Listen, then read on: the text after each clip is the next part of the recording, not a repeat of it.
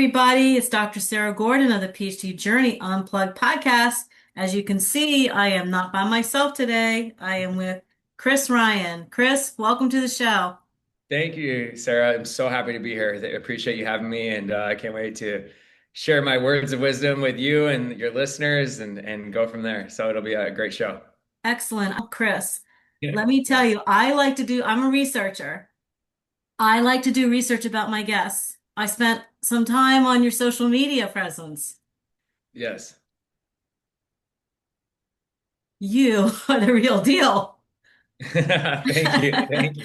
I, I mean, you're crushing it. You're crushing it out there. Oh, thank you so much. Thank you And so I, much. I love your messaging. I wrote down a bunch of statements I'm gonna say to you because I get Yes. so many good pieces of wisdom to try to motivate people to take control of their fitness and their health and their well-being. So congratulations on what you're doing out there. Oh, thank you so much. It means so much to come from you to say Thank that. you. So just to start, I'm going to give you a question and we're just going to jump right in, okay? Because I want to Yes. really make every second Rip count that Band-Aid today. off. Rip it off. Okay, ready? Yes. Why is strength training so important?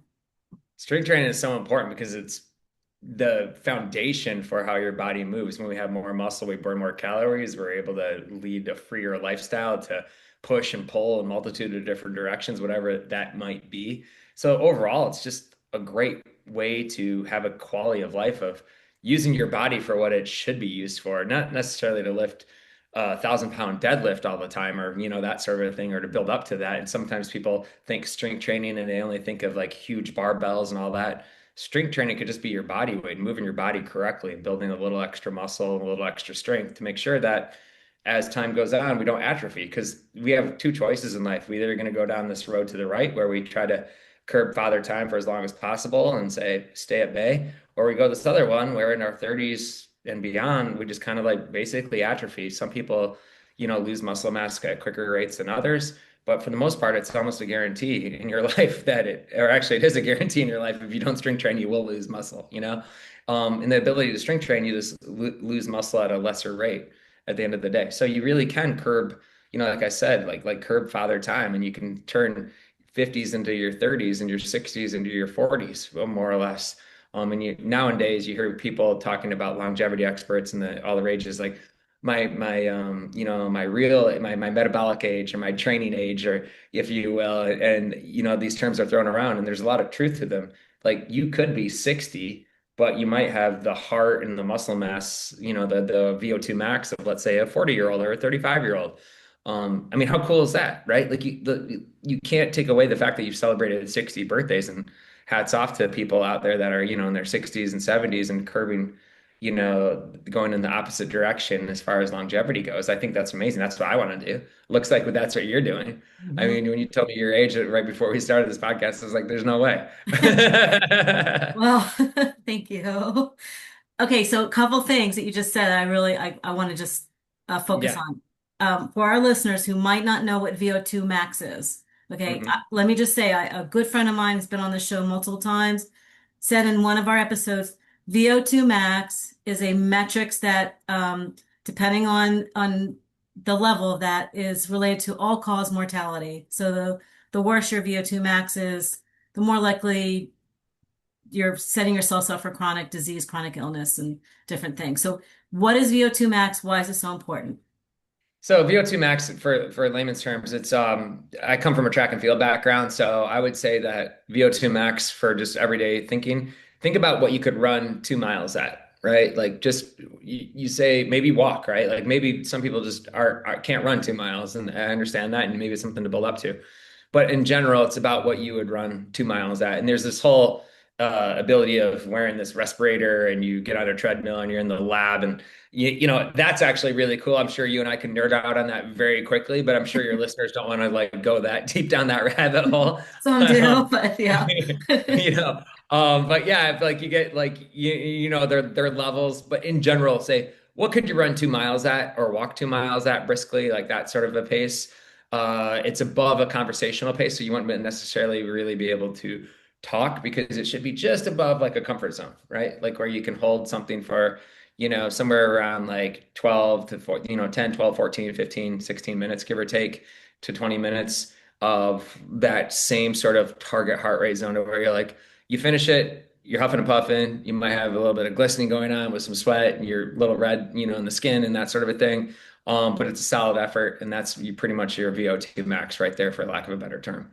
Once again, Okay. we could really go down that rabbit hole very quickly of the The way leaders and all Well, that. the way, So, kind of the way I understand it, and let me know if this is correct, is like through cardiovascular exercise, when we breathe in oxygen, it mhm. flows through our body, flows through our cardiovascular system, and it does all these healthy things, right?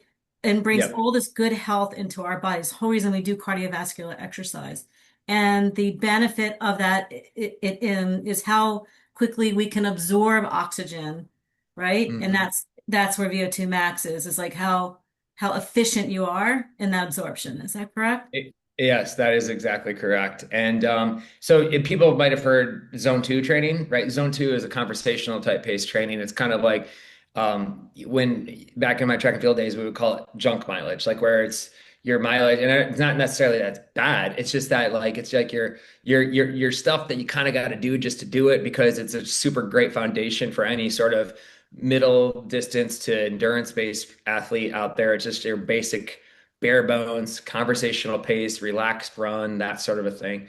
And that's great. But what a lot of people do is they get stuck. Your weekend warriors, your average, everyday athletes get stuck in the zone two, and they don't push themselves beyond that. Right. And I'm a fan of fitness in general, but I'm also a fan of pushing yourself just a little bit more, of getting comfortable being uncomfortable, because that means that your heart's going to get stronger, you're going to get a little faster. Your running economy, your actual gait and everything else, that the way that you run improves.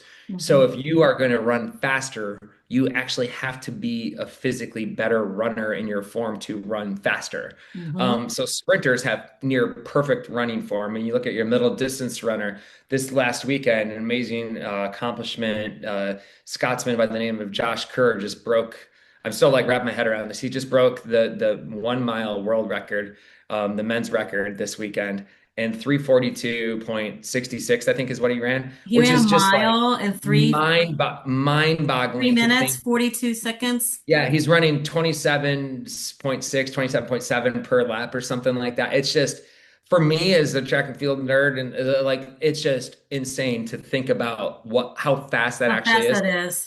When over the last 2 decades, so the record had been around for 27 years, since 1999. And that was 343.33 or something, give or take. It was 343 and change. Anyways, so just to think about that, and like everyone's run a mile in gym class in their school days, or their kids are Right. running 9 minute miles. four laps around it's Right. actually 4 laps around your high school Right. track, and then about 9 extra yards, give or take.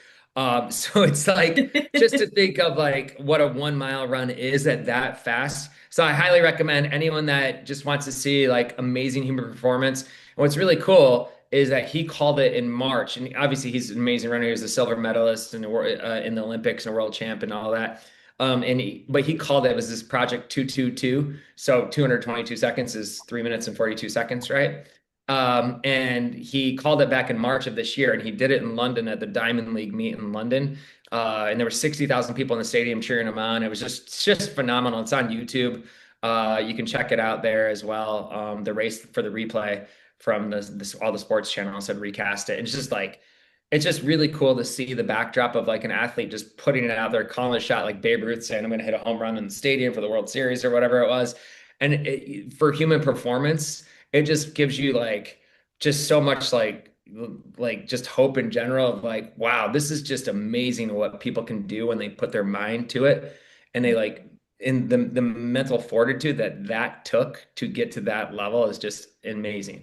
Because there's a lot of other sports like speed skating or swimming where world records kind of fall by the wayside quite a bit more, for a whole host of reasons, with changes in technology and that sort of a thing, much more than in track and field. Like track and field records very rarely ever get broken. So, and the 1 mile record is just a special record because it's the 1 mile record. Like, Right. Because, like it's just right. What do you, well, like the Well, fact that you could say, what do you run a mile? I ran it in 3:42. People are gonna be like, what? Like, you're just like, what planet? Like, are you a Martian? Like, where are you from? Like, how well, did and you then run the that? the question, like, it would be really interesting to know what his VO2 max is. Oh, yeah, yeah, And for sure. And, and you'd let's actually just be make the just surprised. let's make the distinction. It changes with age too. So, we got to make Oh, for sure. age is a really For sure. important consideration in it.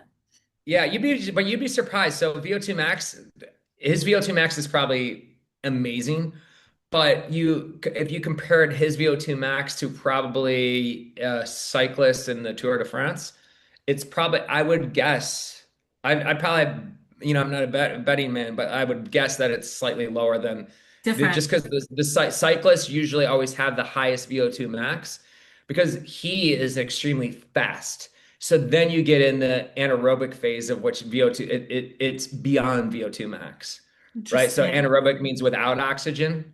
VO2 max is technically you already Right. said like With with max oxygen, with right? oxygen. It's how quickly we can absorb the oxygen and all that to keep going at that pace. That's a But good eventually, point. That's a yeah. good point because So the cyclists, the long game of human, like the people who are going the long distance and endurance. mhm. And also rowers too, like cycling and rowing are repetitive power-based sports, right? With Hmm. no impact themselves, Hmm. physically impact, because you're in a rower, you're gliding on the raw water, you're on a bike, you are gliding across, terrain of all sorts, and Hmm. you're putting your power through this bike. And then of course technology changes with the bike itself. Like the bikes that they ride on weekend treks or Schwinn's or whatever we're riding on for our weekend cruisers, right? They're I they're was, they're they're pretty phenomenal. But like for the most part, like a runner, there's been some changes in spike technology and stuff like that. But for the most part, a runner is like that's pretty much what you have is your body and that's it. mhm. And there's like some changes in the surfaces of the track a little bit here or there. But for the most part, like there's nothing you can really do beyond that, especially in the like those races are just phenomenal. So I think people would be for the mile on down, especially even up to like a 2 miler or a 5K person, they'd be surprised at how fast the elite of the elite actually are in track and field, like It's, actual speed wise. it's Like unbelievable. I would probably once again, put money on the fact that he's probably like a 4.5 40 person, which is like you're like, how could he be as fast as like a football player? And I'm like, because he's that fast. The ability to they've even like come down and to understand like the 10-yard sprint, 10 yards in a football field. Just picture that, right? The 10-yard sprint, you can actually trace that out to marathon time because it's about the ability to produce power through your stride over the course of time. And you're like it's just amazing. Once again, going down that rabbit hole of strength and I know I have conditioning, so but many you can see the questions. passion behind I would love to it. have another episode with you to just talk Yeah, about for like sure. elite performance and how does somebody like that get there? Like I know there's Hmm. some, but I want to go back to the question on strength training, but I know there's a lot of Hmm. genetics, so you accept some predisposition to it. Hmm. But then it's also training, and so I just be Oh, for curious sure. how to get there.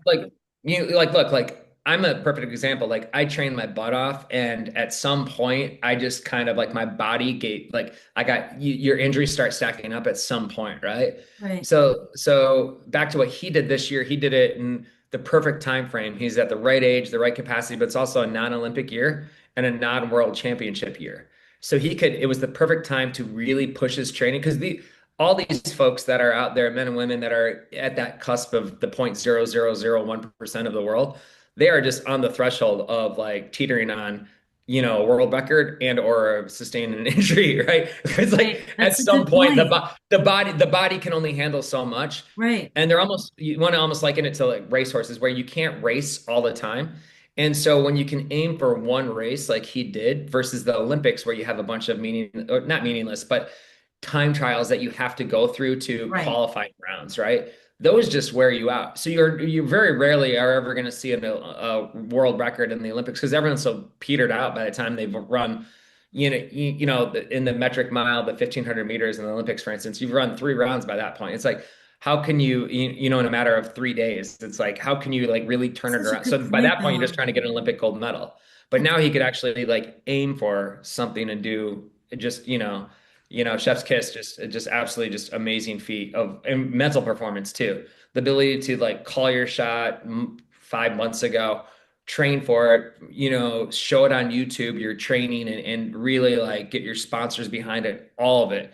like, you're setting yourself up for either a whirlwind of success and being like, whoa, I just called it. Or like, people saying, oh, well, you should have done this. And, the Monday morning quarterback scenario, you should have done that. You trained too hard or whatever. And now it's just like, a person like that, just, it's so fun to see.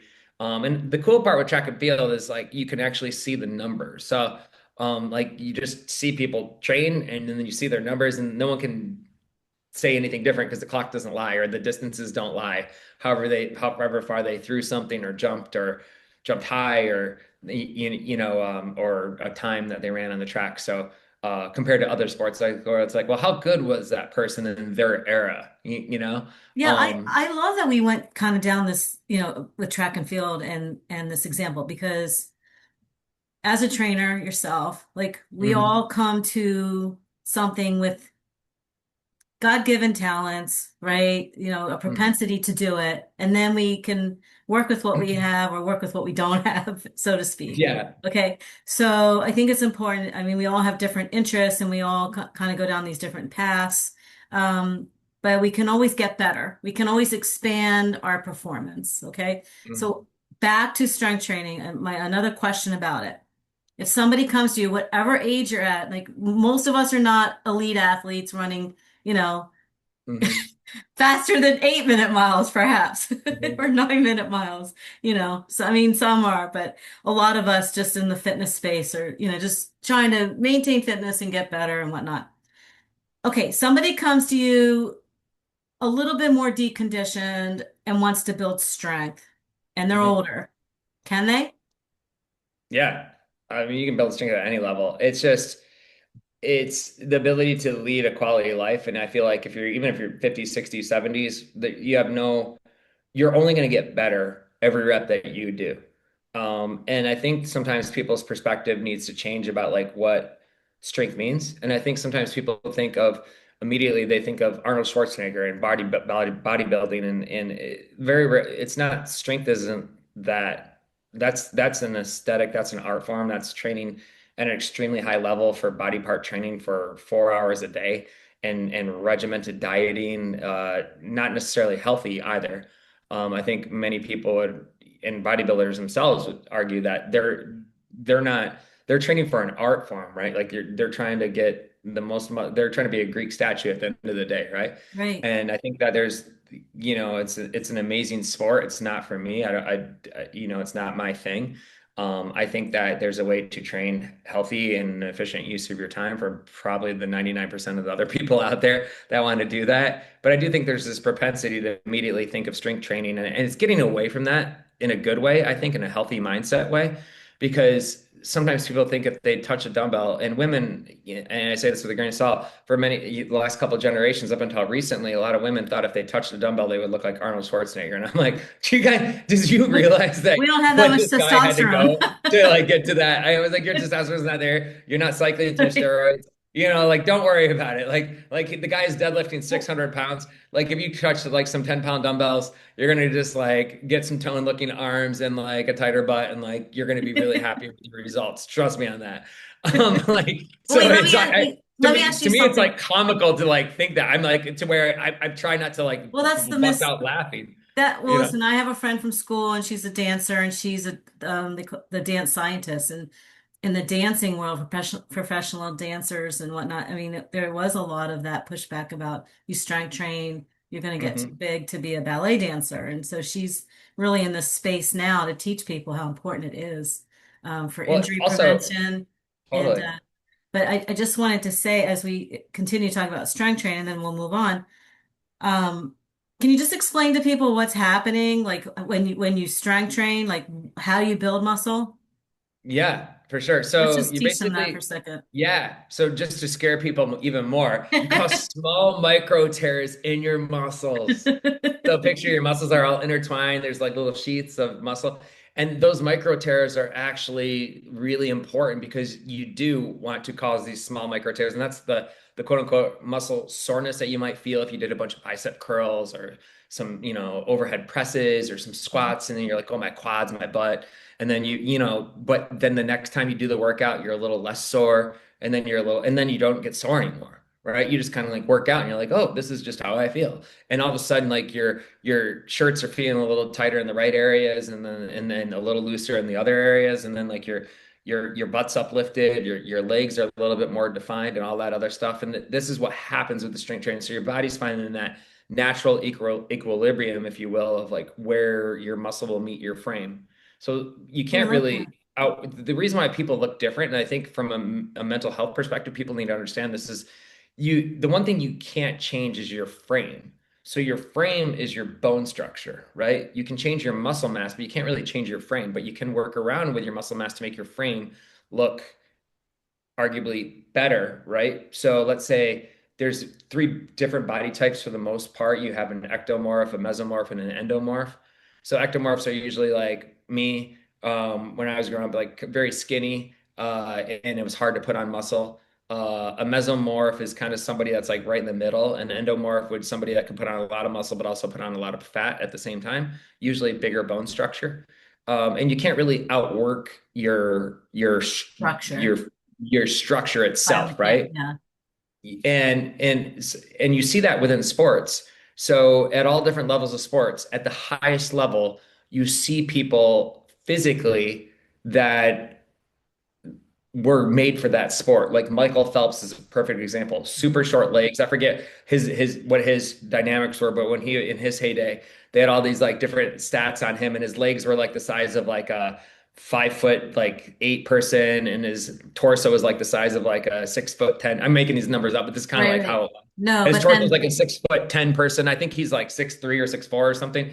But his torso, he was basically legs were 6 inches shorter than him, torso is like 6 inches longer. His arms were like the size of like a pro basketball player, and his hands were the size of like like a Sasquatch or something. I don't know, but like, and then his feet were too, and like that was like literally like if you were just physically designing, if you were to sketch, say.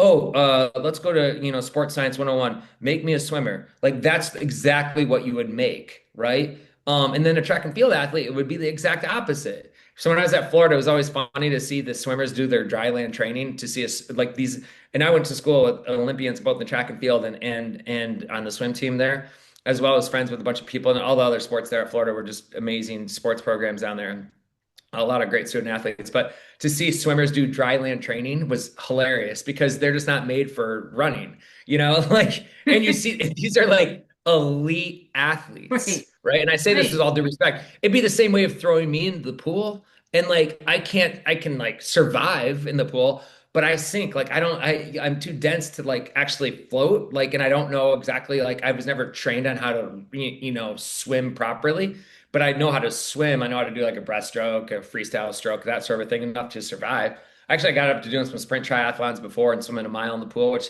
probably amongst all my athletic feats, those are some of the ones that I actually like love to talk about because it was so damn hard to like get to that level for me. But so the people need to understand like you can't outwork your frame, but you can make your frame arguably look a little bit more like a little bit physically better for the way that you fit clothes or the way that you feel about yourself. So sometimes people would be a little bit more, a little bit better to work on their glutes a little bit more to uplift their backside to improve their posture so their lower back is a little healthier because their lumbar spine has something sturdy to go into, right? Mhm. And then other people might just naturally have like super strong shoulders. Well, maybe if you worked out your legs a little bit more, then you might fulfill your overall frame itself a little bit more, right?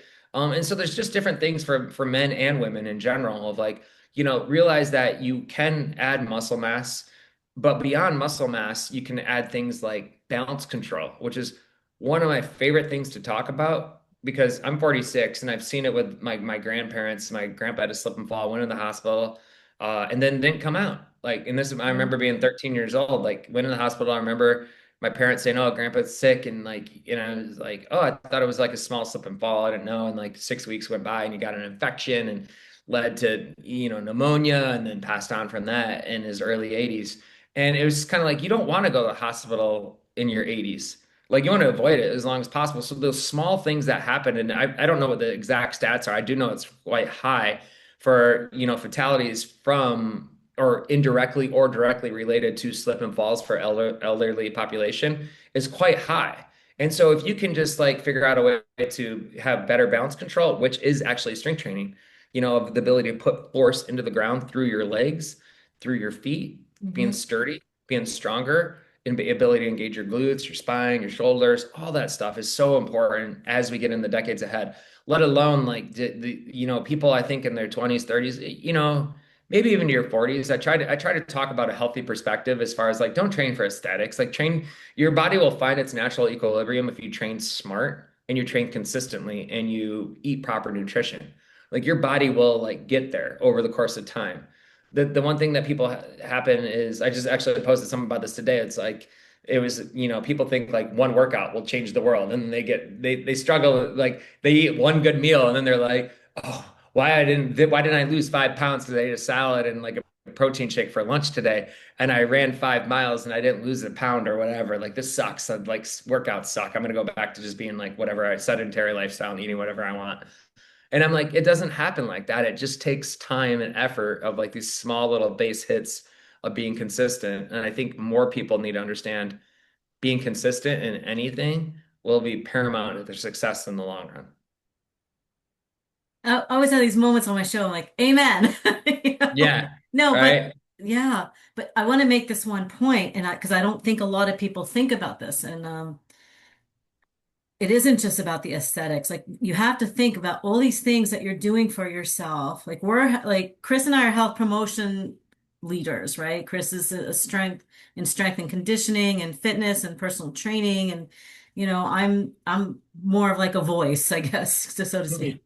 But we understand that these changes are going on within your body physiologically. And I don't think most people think about like what's going on at this cellular level. Like all these good things are going on inside your body. So if you can think about it beyond just like the example you just said, like going and doing like one workout and thinking like it's going to change everything, consistency and all these good habits that you put in your life, they are improving your health from the inside out. I always say from the inside out. So think cells, think your physiology within. Because when sometimes things show up in your life,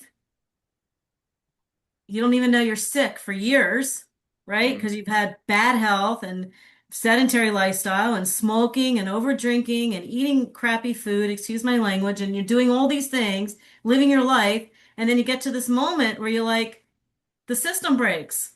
Well, that's Yeah. because everything going on inside your body for all those years was getting sick. And then Yeah. you don't know it until it becomes clinical. So this isn't just about going to the gym and looking good. And I'm sorry, I get a little bit passionate about it because I see it a lot. Like this isn't just about going to the gym and looking good. This is about consistent behaviors throughout your life to set yourself up for success later in life so you can enjoy your life. Yeah. That's what this is. That's why Chris and I are here. We're here to help people. And I knew it because the way we first connected, how, the message you sent me in your first email on your social media platform, you can help people look great.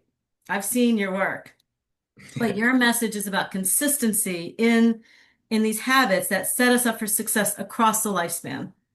Yes. Yeah, it was that old saying. It's like you can give a person a fish and you feed them for a day. You can show a person how to fish. You can feed them for a lifetime. I believe that's the way it goes, and it's the same way with training, nutrition, fitness, Yeah, health. And it's also you don't have to be perfect. I think sometimes like I do feel that people feel like a failure and then they stop because they're like, oh, I slipped or slipped up, on my meal or I went on vacation. I had margaritas every day or whatever. Cool, like go for it. If you just did like 80% of like the right stuff, you will surprise yourself yes, so much. But yes, give yourself the leeway to realize that it takes, most people don't pack on the pounds in like one night, right? Like one day. Like they right. didn't wake up 100 pounds heavier, usually even in one year. A lot of what most people happen is like it's that 5 pounds a year, and all of a sudden it's 10 years later and they're 50 pounds overweight, right? And at 5 pounds a year, that's nothing. That's like less than a pound a month. It's like less than a half a pound a month. So it's Well, just, people need to understand that like over the course of a day, it's like 1 ounce. Like 1 ounce, like what are you even like? It well, just slowly happens. And so when you talk about like your training, like like, yeah, try to train a few days a week and find out things that you love. Just because I Yes. love strength and conditioning doesn't necessarily mean maybe you can figure out you like walking more. I'm a huge fan of walking. I'm a huge fan of like low impact, like max ROI for yourself, whatever that might be. I'm a huge fan of people playing tennis. I'm a huge fan of people playing any sport for that matter, to tell you the truth. I do feel like the pickleball craze, though, I want to put this out there. I'm a huge fan of people playing sports for fitness, as long as you don't just pick up a pickleball. I've seen this because all the orthopedists are pickleball has been like the best thing for them, right? Do- Is that because my mom is like this person? She's 76 and she's been strength training for a long time. But when you're in a gym setting or you're working on my app or whatever, like your feet are planted on the ground, you're squatting, you know what's coming your way next and all that. Any ball sport, you're technically reacting to wherever that ball is going to go. And Mhm. because most people are somewhat competitive, they're like, well, I want to get that ball, right? Which is Right. fantastic. And that's why I love the mind-body connection with ball sports like tennis, pickleball, whatever, especially as you get older. But the problem is that most people like haven't moved laterally, like sideways, That's what it is. or backwards, Or or super train that or train way. or a quick deep Right. lunge to reach Yep. in decades, if ever. And then now all of a sudden they're like 60 or 70. They're like, oh, well, Grace and Martha invited me to go play pickleball, and it sounds fun because Right. And they they wait. pull their ACL. Yeah, and then their They tear their ACL or their ACL. ankle or They tear their and they ACL. just because it's kind of like hiking. Just because a trail is deemed easy doesn't necessarily mean that it's safe. I learned this when we were out in the Grand Canyon, in the north rim of the Grand Canyon. It was just like an easy trail, but the damn thing was like, 2,000 feet down, like on the side. And we're like, this is so easy. And sometimes when you're hiking a hard trail, it's more, they're talking about the incline, right? They're like, it's a No, hard trail. it's And I'm like, this isometric is coming amazing down. because it's safe. No one's going to slide off the side of a cliff Wait, or anything like that. what is But an it called? easy trail What is can it be. called when you come down and you extend? I'm blanking. Is it eccentric?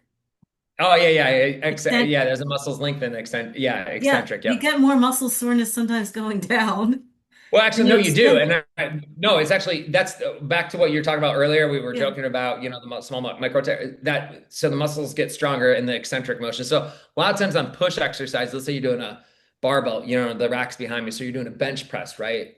Everyone thinks that you get strong by pushing. You actually get stronger by lowering the weight slowly, right? So as your muscles in your chest stretch out, that's actually when they get the soreness. So depending on what your goals are. So if you're a power athlete, right, you would try to drive and push as fast as you can. The same way you see a lot of track and field or basketball players or people that have to produce a lot of propulsion very quickly. They end up like lifting from a certain height. They might not do a full range squat, but they might load the bar with a ton of weight. And then people will be like, what are they doing? Like, and you clearly see this person knows what they're doing, but you can't understand because they're not doing a full range of motion. They're doing something really fast and then just dropping the weight and that sort of thing.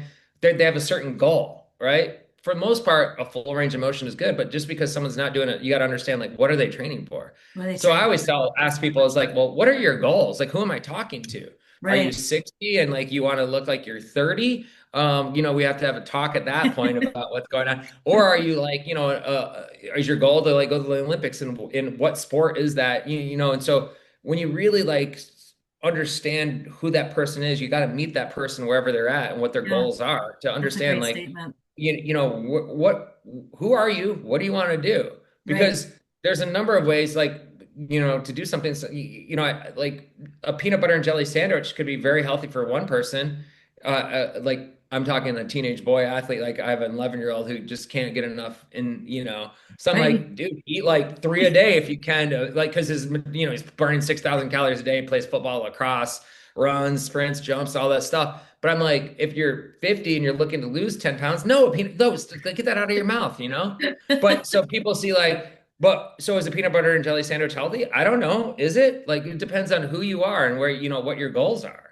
And Yeah. I do think that sometimes in the social media world and in fitness and health, people love to be so like soapbox and like beat their chest and say, that's right, that's wrong. And I'm like, well, it's very gray. Like sometimes things are very right for that person and Hmm. very wrong for this other person.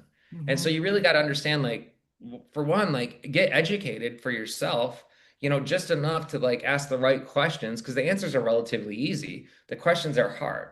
you know? So like, what do you want to, like, what are your goals? Oh, I'd like to lose 10 pounds. I'd like to lose 20 pounds. Okay, let's examine. I always tell this to people is examine your liquid diet. Because I always find liquid diet so like it's the easiest, like low hanging fruit for people to like just shed Interesting. 10 Like pounds sodas and easy. juice, Yeah, what's that? sodas and juices. Yeah, yeah. So does the juice. And by the way, I was drinking. This is just carbonated water because I talk all day, so I need to have the fizzies on my throat. There's like no additives to it. It's just carbonated water. And actually for people that like beer or alcoholic drinks, I find like a cold can of carbonated water with like zero additives to it feels like you're kind of getting a treat without getting a I treat. So I've like experienced that. I know because I yeah, don't and drink beer it's kind and of like a yeah. positive mind shift, if you will, or like a little smoke and mirrors for yourself personally, which is like so funny to even think of it. Like you know, you're an adult, you're like, why do I need to like trick myself? Well, you kind of do up to a point. And so I find like having cold cans is something like you're more likely to grab a can of carbonated water because you know it's healthier for you. You just wanted something different than just tap water, right? And You it just know, feels good on your you know this throat, especially if you talk all day, like you probably do and I do. this So conversation is making me think like this is a good introduction conversation. We're just covering a lot of different things. I would really love to have you back on the show and focus on specific topics. I would love that too. Yeah, I would Because love just that. as you're talking, I'm like, and I don't want to take us down this road, but I'm like, I would like to talk about GLP-1s because the way I understand it, it's a tool and it's a bridge to get better health, to feel more comfortable in your body, maybe to get you to a gym, but you still need to Mhm. do the strength training. You still need to put good food in your mouth. You still need to work on the mental health issues, all those types of things. You still need to do those things. And I think Yeah, that we need to have a really strong, because I know so many people on them and I worry that it's not and my background's in psychology. It's not mhm. changing what led you to it. And we want Exactly. Oh people my God, you ultimately are you are preaching. Just keep on talking and sending that well, message out. we ultimately Thank want God. people to be healthy from the inside out. And we need to think about that. What's it doing to your gut health? What's it doing to your whole physiology?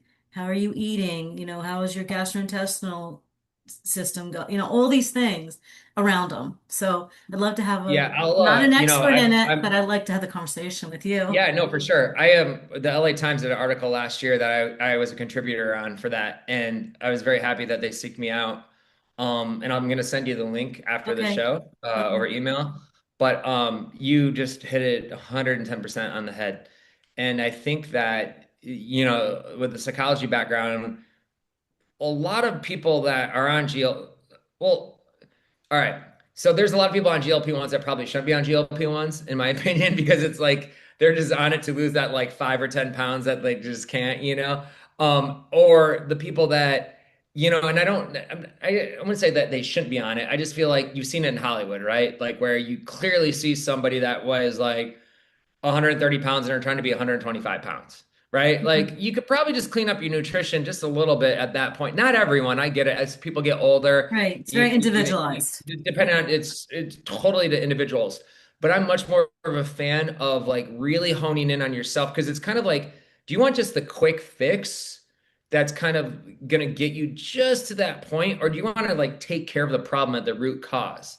And the root cause is either going to be nutrition or lack of movement or sedentary lifestyle, Or somewhere sleep, along those sleep. We lines. talked about it before we Sleep, started. There's a sleep, lot of all of different it. factors. Stress. I mean, there's a lot of Uh-huh. things going on in people's lives that we need to And sit I'm a down fan and of assess. by the way, I'm a fan of GLP-1s. I just want to say that. I'm a fan when they're used correctly Right. It's a and you tool. have a proper strength-based program along the way. Because if you don't, you're going to end up burning muscle along the way with the fat Right. loss, which is going to lead to a very different lifestyle than I think most of the people want. And they're relatively new.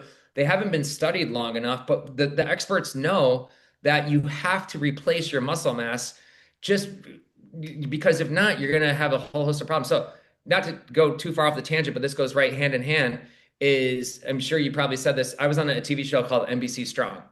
So back in I saw 2015, that. 2016, and a little quick snippet on that is that the producers for NBC Strong were the producers from American Enjoyer and also Sylvester Stallone. Just want to name drop Rocky right there because Rocky 4 like was my favorite training montage as a kid.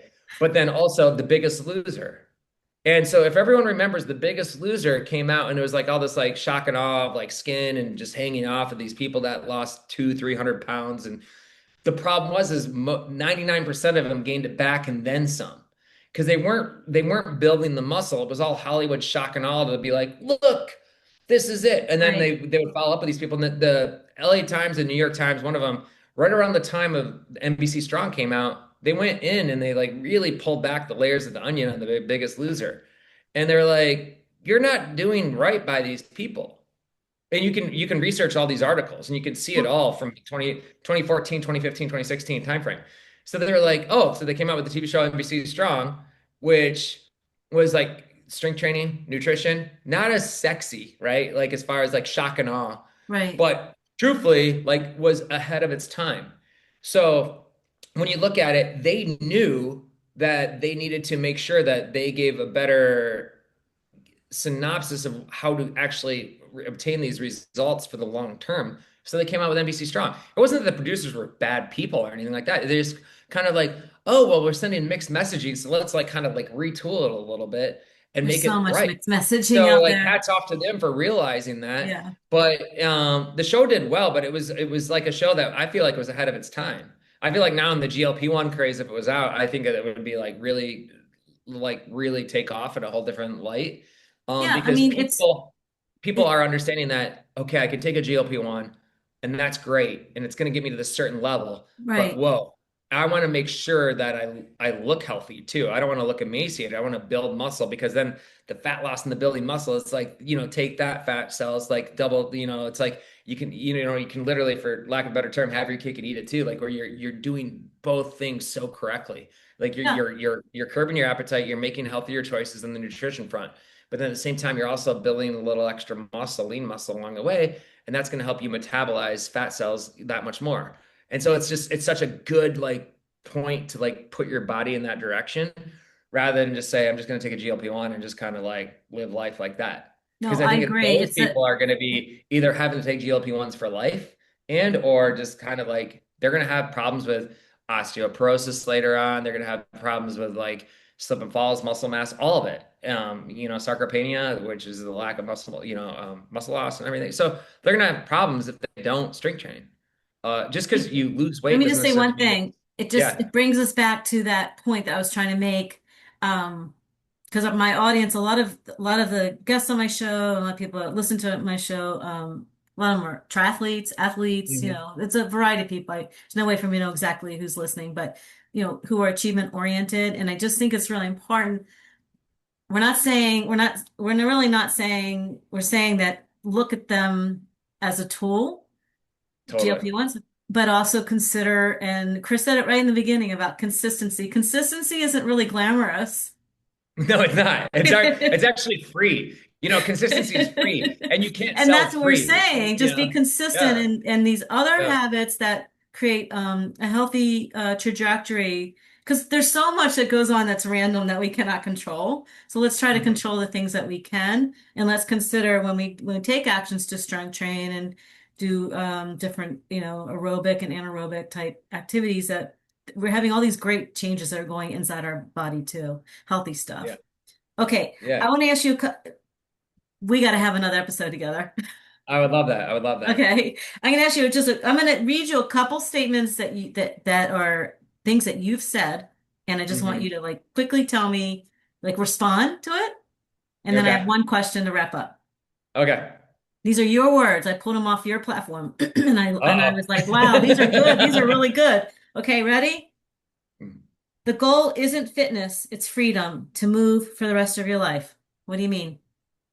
I think that you're going to age. I hope so, right? Tomorrow, you and I are going to wake up one day older. We hopefully, right? And so we have no choice. Like either we're going to go down, like I said earlier, the left road or the right road. Hopefully, you go down the right road, which means that you have freedom. Like your 60s should be your 40s, right? Like or the 60s that our grandparents or our parents had should be our 40s, and maybe our 70s should be our 50s of previous generations. And I think it can be achieved. I think we have so many advances in medical care, so much know-how in the strength and conditioning world, and in the overall lifestyle, positive lifestyle changes and longevity components. Because hopefully, we can live a long, fulfilled life. But who wants to live a long life if it's not fulfilled at the end of the day? And So not freedom, healthy. Not healthy. freedom is everything. I think you can't talk to any elderly person. Look, I just lost my dad last year. He was 80 years old, Yeah. and he was really good up until I was 79. And the last year, he had a whole host of like battles that ended up going. But at least he lived 79 years, pretty darn healthy. Yeah. But you talk about a guy that was like just like done because he was basically using a walker, almost wheelchair bound, bedridden towards the end. He had sepsis, all of it. It was really sad to see somebody that used to do sprints in his 75th birthday and had a power rack like this in his house and would Oh, like obviously the weights weren't as much, as he used to be, but right, he was still right. working out with like a barbell. Like, so that is freedom. Freedom is like carrying your grocery bags, picking up your grandkids, like take traveling with your spouse or like being able to open up a can or a jar or something like that's freedom. And a lot of people don't have that. So to me, those little small things like taking a walk because you can, like Right. all those things are like so important to like live a healthy, long, fulfilled life. Like who wants to live, the last 2 decades of their life, like kind of like bedridden and walking with a walker, like can't lift like more than 1 pound. Like screw I like to that. Like say, I want to be healthy, I I want like to to, be fulfilled. yeah, like, the longevity research, if we're living longer, why don't we live those added years with good health? Because 100%. lifespan doesn't necessarily equal health span. So Yeah. what Chris and I are trying to promote in different ways is like, take control of those actions for yourself. Okay, next one. Mhm. Ready? I know we've already Yeah. kind of said it, so this will be real quick. Without consistency, you don't see results. Without structure, and I love that word, use structure, you don't trust Mhm. the process. Your fitness needs both. Why do you need consistency and structure? Adherence. I think adherence is like the key word that a lot of people aren't talking about. It's like the best workout plans are the ones that survive a bad week. I've said that a million times before too. And I feel like just the ability to set yourself up for success. It's kind of like I've always been one of those people since high school because a lot of times early mornings I would get up for early training sessions and that sort of thing that carried me forward through college and now as an adult, still to this day. I'll like lay out my clothes the night before. I'll make sure like I'll make the coffee like the night before, so it's automatic at 5:30 in the morning. It goes off, like all those things, and that has nothing to do with fitness. That just has everything to do with being consistent and like promoting habits that I know will help me throughout my day. Mhm. And when you compile that to just saying, "Oh, I know what I'm going to do tomorrow for my training," and guess what? I always tell people this that. Don't worry about like a bad day. Think of things more on a weekly basis or even a monthly basis for your overall goals because at any day things can blow up. I have 3 kids. There's especially in cold and flu season, someone's always get sick. Your day's blown up. You got podcasts, you got client calls, you got an app to run, vendors to deal with, and all this other stuff. Life just happens. So there could be like you wake up and you're like, I'm gonna hit a PR today, and you're like, oh my god, I can't wait for my pillow to hit the head. By the time my pillow hits the head at like 10 p.m., I'm like ready just to knock out. But if you look at things more on a weekly basis, you say, you know what, I wasn't able to do it today but I can do it 2 days from now, 3 days from now, or whatever your goal was for that week. So That's good. sometimes I say, look at things more in a weekly snapshot or even a monthly snapshot of like, I want to work out 15 times over the next 30 days. That's much easier than to say that I need to work out today, and today you are traveling and or a kid's sick and home from school and or you have a last minute fire drill business meeting for work or whatever. Things happen in one 24-hour period. Usually things don't happen over the course of like 30 days, right? Usually you can like steer That's the a good ship back point. on track. Yeah. That's a really So good I think point. that people, if you look at things more on a weekly or monthly basis, depending on, sometimes people's weeks can get screwed up. So think of it on a monthly basis and overall goals and adherence of saying, I'm going to stay on track no matter what. And I might not be perfect, but at least I'm going to hit my macro goal. My micro goal for I was just gonna today say your was, macro. It's like a yeah, macro perspective. Don't get yourself outside the weeds a little bit. Give yourself some grace too. And this was the mhm, next one I had. If you fell off this month, that doesn't mean you failed. It means you're human. What matters is what you do next. Start again without guilt. That was the next yeah. one I had.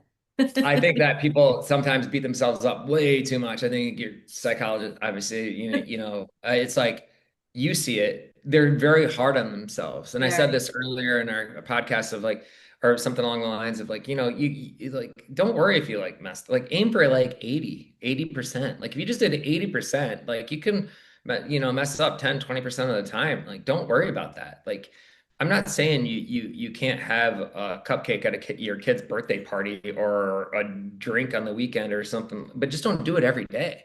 You know, like be human. Like to be You, human is to err, right? Like yeah. look, like you are not. I'm not trying to promote living like a monk, you know, and saying that you're gonna have meat, you know, kale and water for the rest of your life.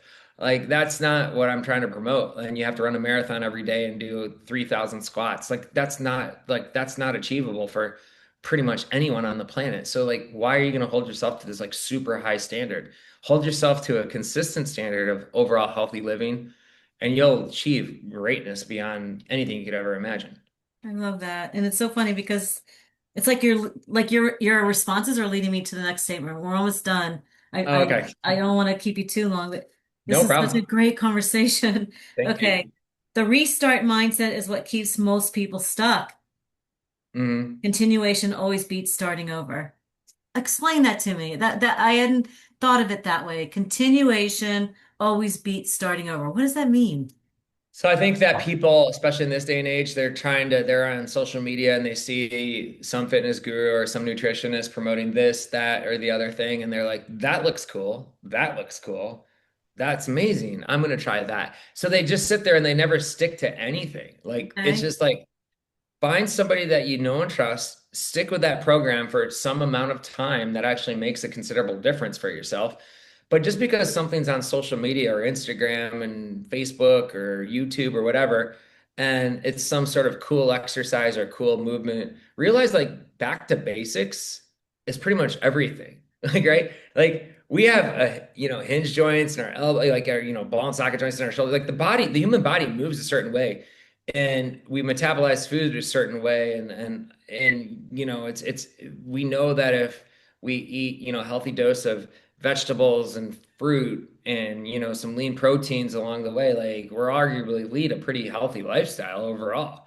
No one ever got like I always like this for instance like people are always like oh I can't eat fruit and I'm like fruit well like how much fruit are you actually eating because they're like oh I you know they mistake having a fruit juice, right, for having fruit. And I'm like, do you realize like in a cup of orange juice, it's like 10, 12 oranges? Like if you go to Right. a restaurant and have the orange machine, it's 10 or 12 oranges that go into a cup of like, you know, fresh squeezed orange juice that said feels so good at Sunday brunch.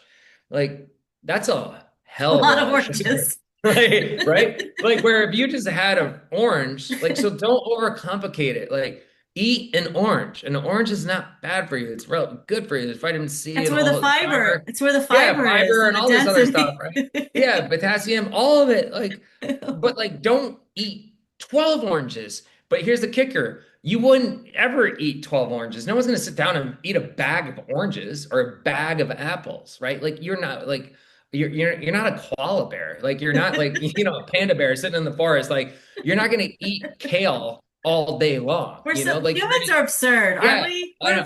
But absurd. guess, but guess what? Like, don't eat a bag of chips. Like, don't eat the processed foods. Like, don't Right. eat things that people make and come in a box. If you just said, my new nutrition plan is to avoid eating anything that comes in a box, guess what? Or a bag or whatever, you're going to be like so damn healthy. You're like, you are going to be like, whoa. And we just, you know, this post like World War II generation when we had a lot of famine and a lot of, you know, problems going on and they invented like you know processed foods for calories right because we were like calories need to happen and like people are starving to death unfortunately it was a terrible time but we kind of outkicked that coverage to where like there's literally for the most part like we've even in the most impoverished third world nations, you know, there's calories there to be had, right? Like Right. where, but unfortunately, it's a lot of processed foods to where some of these, you know, places that used to be starving a generation ago are now overweight because Oh, of the interesting. processed foods that Processed have foods. infiltrated their society. And they don't know, like you see it, and it's sad because you know you went way too far in this tangent, and you got to kind of like steer it back. Hey, You know, we have more information than we've ever had. Now we have ChatGPT and AI, and we can oh ask that yeah. all kinds of questions. And I feel like people are more confused than they've ever been. And I think, and I hear you say it, and I hear so many people in like my circle say it, like, just get back to basics, keep it simple, Mhm. consistency. You said it on your social media platform. There's like four, if you could only do four exercises, Yeah. these are the four exercises you should do. Like we're just overcomplicating. Well, we're not, the marketing world. Yeah, in the marketing world. But once again, like who's selling what, right? Like who's selling like the latest, cool looking program that might, because a lot of consistency doesn't really we can say it and we can beat it with a to a dead horse, which I do, but like at the same time, you can't consistency is free. Like, I right? You're love talking that. about things that are discipline, consistency. Like these are free things you can do every Right. day, And right? Like that every le day. and that leaves me just real quick plug for my platform. I'm always giving a plug for self-determination theory because the more intrinsically motivated you are in your life, the more you're more likely to take actions to move your life in a forward motion. And Mhm. ultimately, that's for good health and well-being overall. Okay, let me think. I got a couple more, but I don't want to read all these because we're going a little bit long. Okay. I like this one because I think that this is important. To have a community around you that actually makes consistency easier. Yes, because anyone can. I think that motivation comes and goes, and motivation is cool when it happens. I'm not motivated every day. Trust me on that. I remember last night I was like tired. It was Sunday night. Last thing I want to do is row, and I do this like bench work. I'm like, oh, I'm traveling this at the end of the week. I won't have access to a gym for a while. I'll be doing a lot of running and just body weight exercises, and that's it for a few weeks. And it's just like because I'll be on the road, and I'm like, okay, well, let me do some strength work, and let me do something like let me do things I won't have access to, like so the rowing machine and the bench, like, and I could do a little push pull workout and made it fun. And after a while, after 5 or 10 minutes, I was like, oh, all right, this feels good. I felt accomplished when I was done. But people think, oh, Chris, you're always motivated. I'm like, no, I'm not. Are you freaking kidding me? I'm a tired dad running a business as an entrepreneur with 3 kids. And like, I preach sleep and I'm like, I know how important sleep is, but because of life happens and stuff, I really try to guard my sleep. And I know I'm like not passing what I would love to say is the right requiem for sleep. And my wife and I both woke up today because we went to bed. We were able to go to bed at like 9:15 last night. We like gave each other a huge hug and we were like, God, it feels so good. And we were up at like 5:30, which is fine. Like, and we That's were like, up bright and chipper, like all of it. But like, I go, God, if I go to bed at like 10:15, I wake up at 5:30. I'm like, oh, just feel it. And then today, like we woke up and we just felt fantastic. And we obviously I'm invigorated today to do this podcast with you and everything else. I have a live class to shoot for my app in a little bit, and so it's just cool. I think that it's just one of those things that you're not always motivated, and that's a-okay. That's totally human. That's totally human. I think that humans at the end of the day are going to find the path of least resistance in anything. They're kind of like water. If like you drop water in your floor, it'll flow where gravity takes it to, and we're extremely smart animals, right? At the end of the day, like we're extremely smart, capable animals. We invented, fire, wheels. Like if you go back, and now we're in this information age and this tech age of like AI, and oh, who knows where things are going to go. It's pretty crazy of like sometimes a good way, sometimes a scary way of what we can actually do as human beings. But there's one thing that's always going to be tried and true is we're always going to try to make our lives easier, right? Most people like to like have their thermostat set to like 70 degrees, comfortable. They don't want to feel cold. They don't want to feel hot. And I'm always like, actually, the best thing for a human being is to feel freezing and hot as hell and like every point in between, because that's totally normal. Life is not 70 degrees. Like, unless you live in like Los Angeles, for the most part, like it is not 70 degrees with like 20% humidity. I'm sorry, like it's not. that's a Like that's a really interesting metaphor for life because you have to shake it up a little bit. You have to push yourself outside your comfort zone to grow. Yeah, get comfortable being uncomfortable. I always say Yeah, that. I love I that love saying. that. There's so much truth to that. All right, I'm going to ask you this one last question. You can answer it literally and metaphorically. I'm starting to ask every one of my guests this Sure question. thing. Okay. And then we'll talk about coming back on and just digging a little deeper because it's just a lot to it. And I would just love to have you back. Oh, of course. I'd love to be back on. Thank you so much Uh, for having me. okay, here's the question. What are we training for? I mean, I don't want to say it, but I like in a just a general term, but I think life. I actually think like just life in general. I think that like, being capable, whether like we had a house fire, I could rescue my family out and carry my kids out on my back and shoulders in the middle of the night, carry suitcases for our family trip, doing things like that, just being strong enough to be capable. I think that invigorates me. I feel like the ability to not get winded going up a flight of stairs. I think that's kind of cool. I feel like just being like those general things of like sometimes like very extreme, of being rescuing your family if you needed to be capable Yeah. enough to be strong enough to like help your kids out in a very dangerous situation. I feel like, and other times my wife comes back from the grocery store and I can just show chivalry and help her unload the grocery bags and carry two grocery bags and put two more underneath my armpits and my arms and squeeze them together and carry four grocery bags in and then like grab my 3-year-old and throw him up above my shoulders and like, he gets tired so I can put him on like my daddy's shoulders to like carry him around at the zoo when we're walking around. Just like those everyday things like life. Yeah, life. And I feel like as my parents have gotten older, my dad passed, as I mentioned earlier, my mom's still with us, thank goodness. And I see my in-laws and my wife's parents, and they're getting older too. And I'm just like, okay, you see how important like a healthy lifestyle is because in this day and age, like medicine is going to keep you around for a while, like for better or for worse. Like modern medicine is amazing, and Yes. you're gonna live much longer than your great grandparents, your grandparents, and your parents probably, right? For the most part.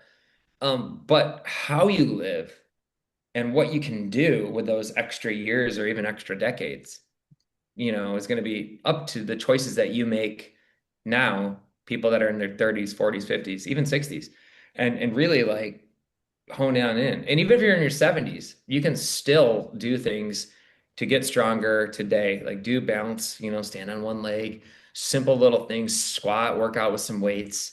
The more you work out, the stronger you will be, the more capable you'll be for everything that life happens to throw your way. It's true. We're a living, breathing organism, and it always responds to good things. The human body, here's my final word. The human body wants to be healthy. It does. That's a great way. I 100% agree. It's actually like just rewards you like to the 10th power. Yeah, Like as a living if you organism, yeah, it gives exactly. you every opportunity to heal, to grow muscle, Yeah. to recover. I mean, it wants to be healthy. So let's And help we it do and along. we do so many things Yeah. as humans to like inhibit that. Like, alcohol is a poison, We're always working cigarettes against are terrible for ourselves. you, like processed foods. Like all of it says, take my healthy body and kick it to the curb. I'd rather like live in this compromised state. And like that's actually what you're telling your body when you do things that aren't once again, I'm not promoting being a monk lifestyle or whatever. Full disclosure, I love beer. Like I'd love to have like a beer on the weekend, but I don't drink like more. I'm honestly, we were talking about this pre-show. I was like, I might have like one beer a week, and like that's it. Like I'm not maybe two like during a sporting event or something celebratory or whatever. But if I was ever to have more than that, it'd be like once a year for whatever, who knows what reason. And even then, I can't even remember the last time I did. So Right. it's like, it's just like, it's not important. Like, why would I want to lead a healthy lifestyle, promote a healthy lifestyle, and then inhibit it? But I'm also human. I'm like, hey, if you like a taste of something, that's cool. Just don't do it like all the time if you know it's not necessarily healthy for you. It's true. And you wake up feeling so much clearer. Your sleep, once again, back to the sleep's so much better. Sleep's like the best free resource, training uh, steroid that you could ever do on times 10. I feel like sometimes people are trying to like biohack their way to health and they like forget, like they're talking about the newest gizmo. We were talking about this earlier too, the newest gizmo watch or the latest footwear to run faster or whatever. And I'm like, actually, sleep is like the most like amazing thing that you could ever do. So just do a little bit more of that in your recovery. It's like amazing. But people don't, because you can't sell sleep, like just sleep more. Okay.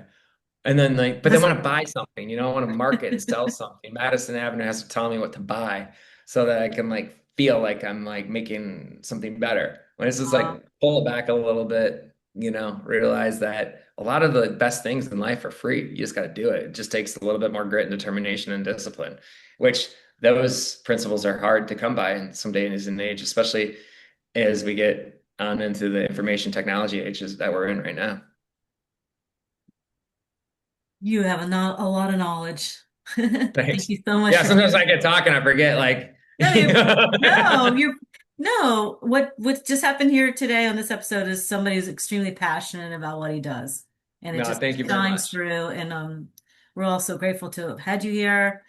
And I wish you all the best. And I look forward to having you back on. And I'm going to sign off. As always, I am grateful to have this platform to educate and motivate on the PhD Journey Unplugged podcast. Thank you for being here, Chris Ryan. Thank you so much for having me, Sarah. It was a pleasure. Bye. Focus on the process, not the praise. Not the likes, not the wins, not the race. Don't stress what I can't control. I train my habits, I train my